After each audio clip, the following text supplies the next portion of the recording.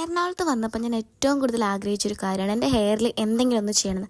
അങ്ങനെ ഞങ്ങൾ തമ്മനത്തുള്ള ഹെയർ ഡോ സലോണിൽ വന്നാണ്. ആ ചേട്ടനാണെങ്കിൽ എൻ്റെ ഹെയർ നോക്കിയിട്ട് എന്ത് ട്രീറ്റ്മെൻറ്റാണ് ചെയ്യേണ്ടതെന്നൊക്കെ ഇങ്ങനെ പറഞ്ഞു തരാണ്. ഞാൻ ഓൾറെഡി പറഞ്ഞിട്ടുണ്ടായിരുന്നു എനിക്കിങ്ങനെ ഹെയർ ഇങ്ങനെ ഫ്ലാറ്റായിട്ട് കിടക്കുന്ന എന്തെങ്കിലും മതിയെന്ന്. ബിക്കോസ് എൻ്റെ മുടി ഭയങ്കര കേളി ആയിട്ടുള്ളൊരു ഹെയർ ആയിരുന്നു. എനിക്ക് ആ ഹെയർ തീരെ ഇഷ്ടമില്ല. സോ ഞാൻ എൻ്റെ മുടി ഫ്ലാറ്റായിട്ട് കിടക്കുന്ന എന്തെങ്കിലും സംഭവം ചെയ്താൽ മതി എന്ന് പറഞ്ഞു.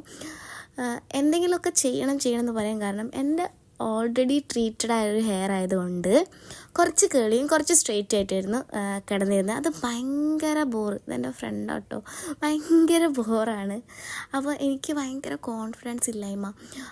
ഇവിടുത്തെ ആൾക്കാരൊക്കെ ഭയങ്കര പ്രിം ആൻഡ് പ്രോപ്പറായിട്ടുള്ള ആൾക്കാർ. അപ്പോൾ അവരിടയ്ക്ക് ഇങ്ങനെ പോകുമ്പം എൻ്റെ ഹെയർ കൊണ്ട് എനിക്ക് ഭയങ്കര ഒരു ബുദ്ധിമുട്ടാണ്.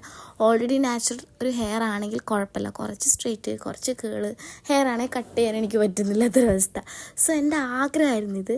അവസാനം എൻ്റെ ആഗ്രഹം ചെയ്ത് കഴിഞ്ഞപ്പോൾ എൻ്റെ മുഖത്തുള്ള സന്തോഷം നിങ്ങളുണ്ട്. എൻ്റെ ആഗ്രഹം എന്ന് പറഞ്ഞാൽ എനിക്കിഷ്ടമായിരുന്നു ഇത് ചെയ്യണമെന്ന്. അതുകൊണ്ട് കേട്ടോ, നിങ്ങൾ ഇഷ്ടമുള്ള കാര്യങ്ങൾ നിങ്ങൾ ചെയ്തു നോക്കുക, അതിൽ പരം നിങ്ങൾക്ക് സന്തോഷം വരാനില്ല.